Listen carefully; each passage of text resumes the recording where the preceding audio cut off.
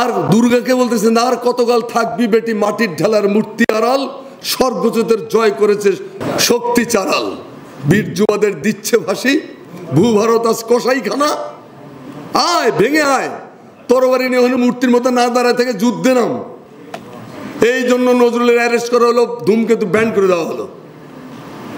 তো কারার ওই লৌহ কপাট ভেঙে ফেল কররে লোপাট, রক্ত জমাট শিকল পুজোর পাষাণ বেদি, লাথিমার ভাঙরে তালা যত সব বন্দিশালা। কলকাতা দাদা বলে কি হচ্ছে দাদা,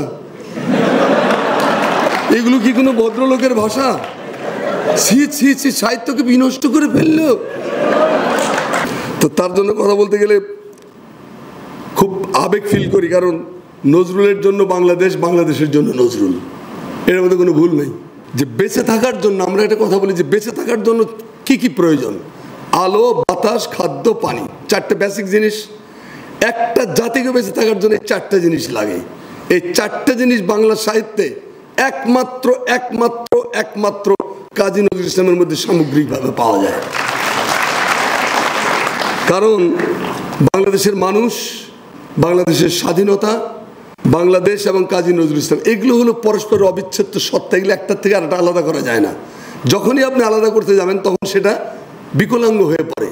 কারণ আমরা আক্রান্ত ভূভাগে বাস করি, আমার স্বাধীনতা আক্রান্ত, আমার সংস্কৃতি আক্রান্ত, আমার ভেতরে গিজ গিজ করতেছে ইন্ডিয়ান পোকামাকড়, আমার ভিতরে গিজ গিজ করতেছে এই সমস্ত প্রতিষ্ঠানগুলোর ভেতরে পোকামাকড় হচ্ছে তো ঘৃণ্য প্রাণীরা বাস করে, যেগুলো হলো সরাসরি আওয়ামী দুষ্কর্মের দোষর ছিল।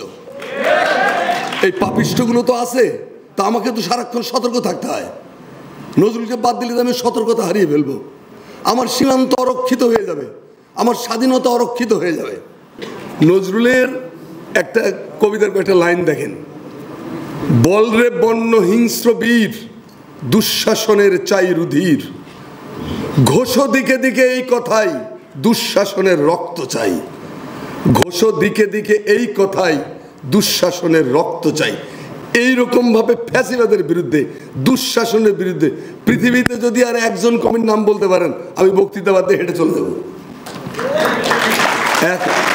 তো এইখান থেকে তো আমাদের সন্তানরা, আমাদের ছেলে মেয়েরা অনুপ্রেরণা পেয়েছে। নজরুল তো অফুরন্ত অনুপ্রেরণার ফোয়ারা, অফুরন্ত প্রাণ প্রাচুর্য ভরা এক বিশ্ববিখ্যাময়, দৈশিক হয়েও যিনি বৈশ্বিক, বিশ্ব মানবতার মহান কণ্ঠ সেই নজরুল। তো নজরুলের মধ্যে এত কিছু আসলো কোত্থেকে, এটা পেছনে টান দিতে হবে যে তিনি যে আমাদের বিপ্লবের কণ্ঠস্বর হয়ে উঠলেন কেন। এর প্রধান কারণ হলো যে নজরুলের আত্মার মধ্যে মিশেছিল 1757 সালের পলাশীর গঙ্গরানি, পলাশীর ব্যথা। এইটা তিনি চোখে দেখে বড় হয়েছেন। নজরুলের আত্মার মধ্যে মিশেছিল ফকির এবং সন্ন্যাসী বিদ্রোহের আগুন। নজরুলের সঙ্গে মিশে গেছিল, তার অস্তিত্বের সঙ্গে মিশে গেছিল 1857 সালের মহাবিস্ফোরণ, সেই সিপাহী বিদ্রোহ, ইংরেজদের বিরুদ্ধে কার্ল মার্কস যেটাকে বলেছেন যে ভারতবর্ষের প্রথম সর্বাত্মক স্বাধীনতার সংগ্রাম। এই পলাশির পরে এই যে ট্র্যাজেডিগুলো, এই যে উত্তাপ নিয়ে তিনি জন্ম নিলেন, এরপরে কি ঘটেছিল, বাংলাদেশের বুদ্ধিজীবী সম্প্রদায় দুভাগে ভাগ হয়ে গেছিলেন। একটা গেছিল সহযোগিতার পথে, আমাদের এলিট সোসাইটি, এলিটদের একটা বিরাট অংশ চলে গেছিল সহযোগিতার পথে, যেটাকে আজকের ভাষায় বলা যায় রাজাকারের পথ, আলবদরের পথ বা দালালির, ওটা সাথে ভালো শব্দ হলো দালালির পথ। দালালের পথে গেছেন। আর একটা পথ গেছিল মোকাবেলার পথে, মুক্তিযুদ্ধের পথে। এই মুক্তিযুদ্ধের পথে যারা যেতে গিয়ে নিঃস্ব হতে হতে চুরুলিয়ে ইতিহাসে ঠেকলেন, সেই মুক্তিযুদ্ধের পথের শ্রেষ্ঠতম নায়কের নাম কাজী নজরুল ইসলাম। ওদিকের শ্রেষ্ঠ শব্দের কথা আমি আর বললাম না, থাক, কিছু কিছু কথা বাদ দেওয়াই ভালো। তো নজরুলের এইরকম অবস্থায় 1857 সালের পরে আপনারা জানেন যে ঢাকা শহরের বাহাদুর শাহ পার্ক, এই বাহাদুর শাহ পার্কের নাম ছিল আন্টাঘর ময়দান। শত শত স্বাধীনতা পিপাসু মুক্তি সংগ্রামী সিপাহীদেরকে এখানে গাছে গাছে লটকে লটকে ফাঁসি দেওয়া হয়েছিল, এবং মাসের পর মাস তাদের লাশগুলো নামতে দেওয়া হয়নি। বর্বরতার চূড়ান্ত করেছিল ব্রিটিশ সাম্রাজ্যবাদ, উপনিবেশবাদ। এই আন্টাঘরকে পরবর্তীকালে 1957 সালে বাহাদুর শাহ পার্ক করা হয়। এখনো আমাদের অনেক ভাই ব্রাদাররা ভিক্টোরিয়া পার্ক হয়, মানে ছোট লোক তো বাহাদুর শাহ পার্ক বলতে ইজ্জতে লাগে। তো যাই হোক, তো নজরুল এরকম একটা ব্যথাদীর্ণ সমাজে জন্মগ্রহণ করলেন, একটা গিফট অফ গড। এটাকে আপনার বলছে স্যামুয়েল ব্যাকেট বলছে ওয়েটিং ফর গডও, যে জাতি একটা গডর জন্য ওয়েট করতেছিল। একটা জাতি ধুলায় মিশে গেছে, পরাজিত, পরাভূত, নিগৃহীত, নির্যাতিত, লাঞ্ছিত, বঞ্চিত, একদম নিঃস্ব, রিক্ত, অত্যাচারিত, উৎপীড়িত একটা জাতি, যেটা আপনার ডব্লিউ হান্টার বলেছেন যে 100 বছর আগে ভারতবর্ষের কোনো মুসলমান গরিব ছিল, এটা চিন্তাও করা যায় না। আর 100 বছর পরে আমরা এমন করেছি, ভারতবর্ষের কোনো মুসলমান শিক্ষিত আছে এবং সম্পদশালী, এটা এখন কল্পনাও করা যায় না। এই অবস্থায় একটা ধূলি ধূসরিত জাতির সামনে আলোক বর্তিকার মতো, দিক নির্দেশক বাতিঘরের মতো নজরুলের আবির্ভাব। তো নজরুলের আবির্ভাব আর অন্যদের আবির্ভাবের মধ্যে প্রেক্ষাপটে পার্থক্য। নজরুল গণমানুষের সঙ্গে সম্পৃক্ত, জাতির রক্ত চলাচল প্রক্রিয়ার তিনি নায়ক। তো সেখানে কি হয়েছিল, তিনি কতগুলো কাজ করতে হয়েছিল। একটা জাতি আশাহীন, ভাষাহীন, দিশাহীন, লক্ষ্যহীন, মিশনলেস, ভিশনলেস, টার্গেটলেস হয়ে গেছে, ক্যাপ্টেনলেস। একটা সমাজ ক্যাপ্টেন ছাড়া জাহাজ চলে না। সমাজের এলিট শ্রেণীদের বিরাট অংশ দালালিতে ব্যস্ত। 1857 সালে যখন সিপাহী বিদ্রোহে সারা ভারত, তখন এই ভারতের একটা শহরের নাম কলকাতা, এইখানকার বুদ্ধিজীবীরা সবগুলো ব্রিটিশের দালালি করেছে না, ন্যাংটা হয়ে উন্মত্ত দালালি করেছে। নজরুল তো সেটা দেখেছিলেন। এই দালালদের শহরে থেকেও নজরুল নিজেকে কিভাবে এত পবিত্র রাখতে পেরেছিলেন, বিস্ময়কর ব্যাপার। এখানে নজরুলের অমলিন চেতনার জগৎ ছিল তাকে রক্ষা করার জন্য সবচেয়ে বড় গুরুত্বপূর্ণ বিষয়। নজরুলের জন্ম না হলে মুসলমানদের রেনেসা হতো না। আপনার কলকাতা কেন্দ্রিক যে বাবু কালচার, যে বাবু রেনেসা, এলিট এবং ব্রাহ্মণ্যবাদী, সেটা হয়েছিল কত 1817 সালে হিন্দু কলেজ প্রতিষ্ঠার মাধ্যমে। আর মুসলমানদের রেনেসা ধরে তার 80 বছর পরে 1899 সালে নজরুলের জন্মের ভেতর দিয়ে। কারণ এর আগে মীর মোশাররফ হোসেন ছিলেন, এর আগে কায়কোবাদ ছিলেন, এর আগে ইসমাইল হোসেন সিরাজি ছিলেন, এর আগে বেগম রোকেয়ার মতো মহিষী নারী ছিলেন, কিন্তু তারা প্রত্যেকে ছিলেন আইল্যান্ডের মতো। নজরুল যখন আসলেন, নজরুলের সঙ্গে ঝাঁকে ঝাঁকে তরুণীরা ঝাঁপিয়ে পড়লো সাহিত্য, সংস্কৃতি, শিল্পের জগতে। আব্বাস উদ্দিনের একটা বিখ্যাত বই আছে, আপনারা যারা পড়েন না তারা দয়া করে পড়ে নেবেন, আমার শিল্পী জীবনের কথা।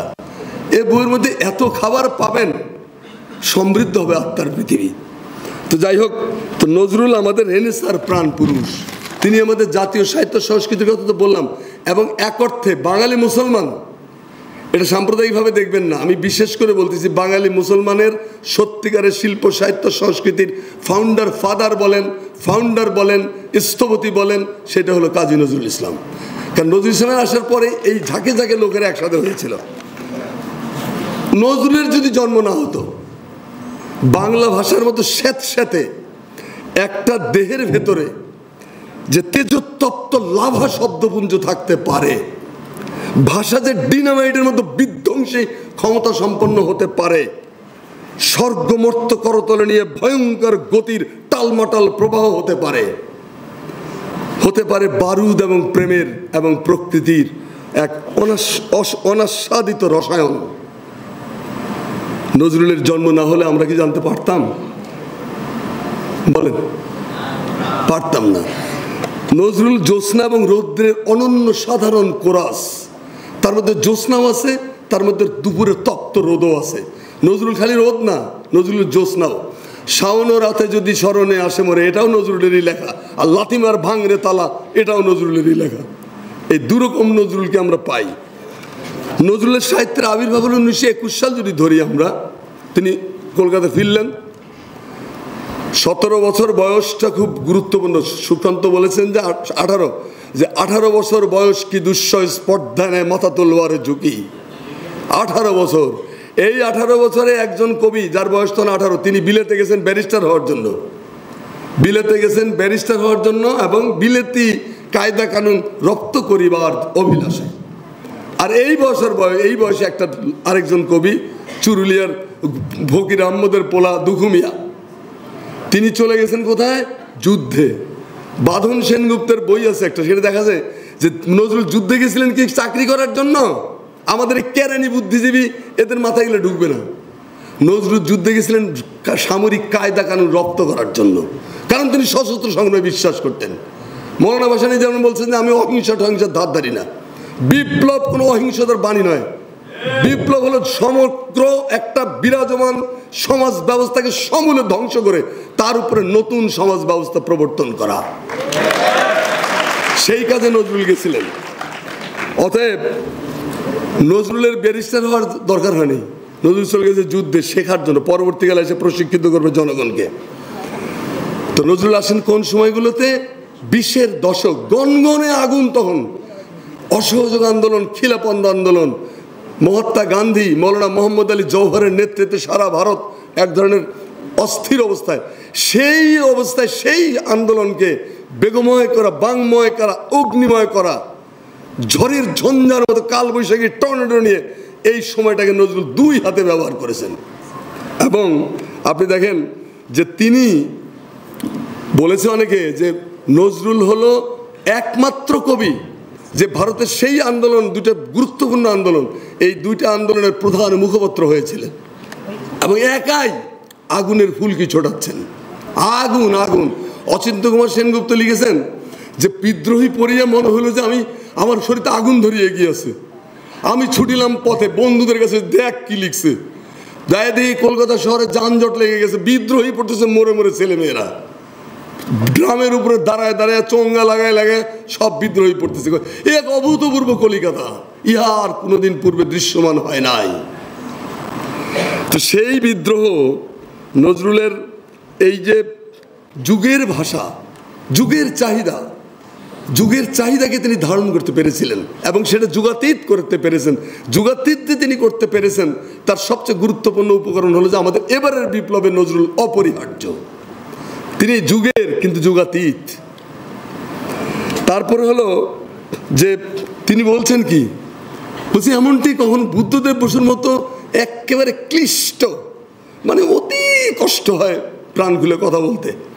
তিনি পর্যন্ত বলছেন যে বিদ্রোহী পড়িয়ে বড় হইয়া উঠিলাম, মানে মাথা খাড়া করে তো উপরের দিকে তাকাইতে ইচ্ছা করতেছিল যে ইহা কি পড়িলাম, ইহা কি কোনো কবিতা না, আগুন দিয়ে বাড়িঘর জ্বালাই দেওয়ার ব্যবস্থা। তো বলবীর চির উন্নত মামশির, বিষের বাসি ভাঙার গান, একটার পর একটা বই বেরোচ্ছে নজরুলের, ব্যান্ড হয়ে যাচ্ছে। এই যে যুগের কথা বললাম, এখানে আমাদের উপদেশটাকে একটু প্রশংসা করতে হয়। খালি তো আপনারা দোষ খুঁজে বেড়ান, ভালো কাজের প্রশংসা করতে হয়। সেটা হলো যে তিনি আমি আবু বকর নামে একটা বই লিখছেন, এটা কিন্তু যুগকে তিনি ধরে রেখেছেন। একটা যুগকে ধরে রাখা, একটা সময়কে ধরে রাখা, একটা ইউনিভার্সিটিকে ধরে রাখা, একটা পরিস্থিতিকে ধরে রাখা, এটা কিন্তু কথাশিল্পী বলেন কবিতার একটা গুরুত্বপূর্ণ কাজ, যেটা আমাদের মেরুদণ্ডহীন সরীসৃপ জাতীয় প্রাণী যেগুলো আছে কবিতায় কাজ করে, এদের 80% মধ্যে এগুলো ভাবেন না। এগুলো হলো ক্ষমতাসীনদের সঙ্গে একটা পথ ঘষাঘষি করতে পারলে খুবই খুশি হয়।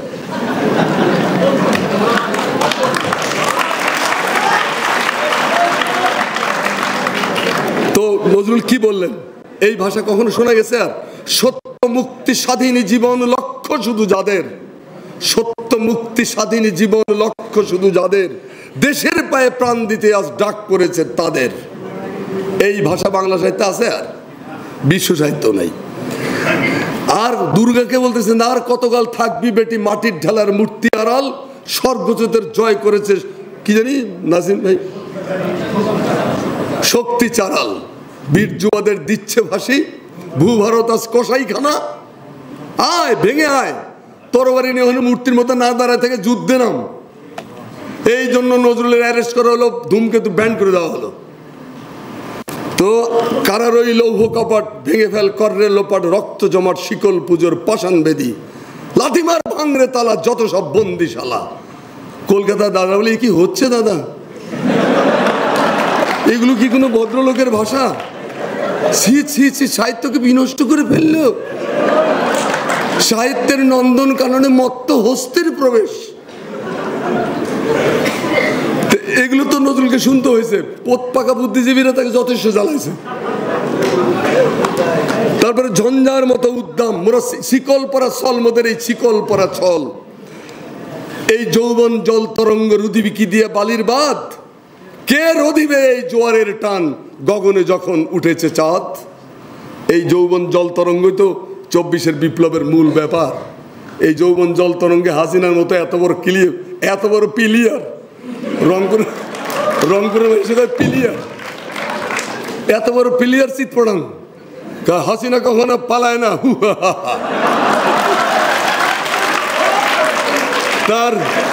তারপরে 45 মিনিটে বসকা বাসকে নিয়ে আব্বা গো মা গো গিয়ে দূর। পৃথিবীর ইতিহাসে দুটা পলায়ন খুব অসাধারণ। একটা হলো লক্ষণ সেনের। লক্ষণ সেন সম্পর্কে ডিএল রায় একটা কবিতা আছে, বলছে যে 17 তরুণ তুর্কি যবে পৌঁছিল এসে বঙ্গেতে, লক্ষণ সেন তো দিলেন ঝম্প কচু খেতে এক লম্পেতে। আহা, ডিএল রায় বলছে আহা, সে অপূর্ব পলায়ন কাহিনী। কেন যে আমরা যোগ্য ছন্দে ভালো আজও ভালো করে গাহিনী। কি ফ্যান্টাস্টিক পলায়ন, কি ট্রিমেন্ডাস পলায়ন। তো আমাদের উনিও মাশাআল্লাহ একই কায়দায় পাগার পার। আমরা জানতে চাই যে একটু যদি তার ধরে রাখতেন, অবশ্য না ছেড়ে দিয়ে ভালোই করছে, তাহলে মাংস টাংস খুঁজে পাওয়া যেত না। আমরা নারীদেরকে সম্মান করি। তারপরে বলছে যে সত্য পথের তীর্থপথিক ভয় নাই নাই ভয়, শান্তি যাদের লক্ষ্য তাদের নাই নাই পরাজয়। এই ভাষা বাংলা সাহিত্যে ছিল না। রবীন্দ্রনাথ, এবার একটু রবীন্দ্রনাথে আসতে হবে। রবীন্দ্রনাথ বললেন যে ব্যাকুল হয়ে উঠলেন নজরুলের সাথে কথা বলার জন্য, যে কি ছোকরা, মানে হাবিলদার কাজী নজরুল হাবিলদার বলা খুব গৌরব বোধ করতেন। হাবিলদার কাজী নজরুল ইসলাম, সেনাবাহিনীর হাবিলদার তো পাগলা। তো ওই পাগলারে দেখার জন্য রবীন্দ্রনাথ পাগল হয়ে গেলেন।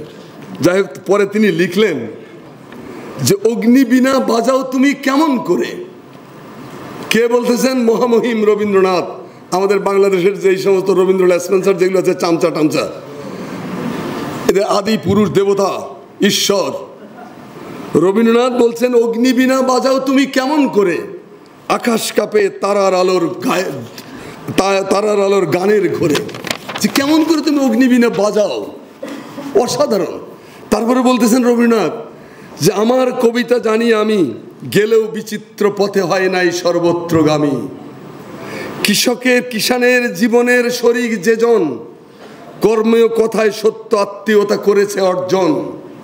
যে আছে মাটির কাছাকাছি, সে কবির বাণী লাগি কান পেতে আছি। সাহিত্যের আনন্দের ভোজে নিজে যা পারি না দিতে, নিত্য আমি থাকি তারই খোঁজে। পুরাটাই নজরুলকে নিয়ে লেখা। রবীন্দ্রনাথ চিনতে পেরেছিলেন। রবীন্দ্রনাথ সহ আরেকজন ব্যক্তির নজরুলকে প্রথম যারা শনাক্ত করেন, তারা একজন রবীন্দ্রনাথ, একজন আবুল কালাম শামসুদ্দিন। আবুল কালাম শামসুদ্দিন হলো আমাদের শিবলির গ্রামের বাড়ি কই, ও নাটোরের বনলতা সেন। যাই হোক, নাটোরের মানে না, আবুল কালাম শামসুদ্দিন ছিলেন ত্রিশাল, এই ধানিখোলা গ্রাম। আমরা বলতাম আবুল মনসুর আহমদকে যে ধানিখোলা থেকে ধানমন্ডি। তো ধানিখোলা গ্রামে জন্মেছিলেন তিনি। নজরুলের একসাথে পড়তেন। আবুল মনসুর আহমদ, নজরুল এবং আবুল কালাম শামসুদ্দিন একই সময় দরিরামপুর হাই স্কুলের ছাত্র ছিলেন। তো উনি এই আবুল কালাম শামসুদ্দিন পরবর্তীকালে তিনি বিখ্যাত সাংবাদিক হন। ভাষা আন্দোলনের প্রতিবাদে, ভাষা আন্দোলনের খুনের প্রতিবাদে পার্লামেন্ট থেকে পদত্যাগ করে যে ব্যক্তি প্রথম রাস্তায় এসেছিলেন, তিনি কিন্তু আবুল কালাম শামসুদ্দিন। আর আমাদের সাহিত্যে, আমাদের গগনে, আমাদের মাঠে ময়দানে কোথাও আবুল কালাম শামসুদ্দিনের নামটাও দেখবেন না। কারণ আবুল কালাম শামসুদ্দিন তো দাদাদের কৃপা ধন্য নন। তো আবুল কালাম শামসুদ্দিন তিনি বললেন নজরুল হলো যুগ প্রবর্তক কবি।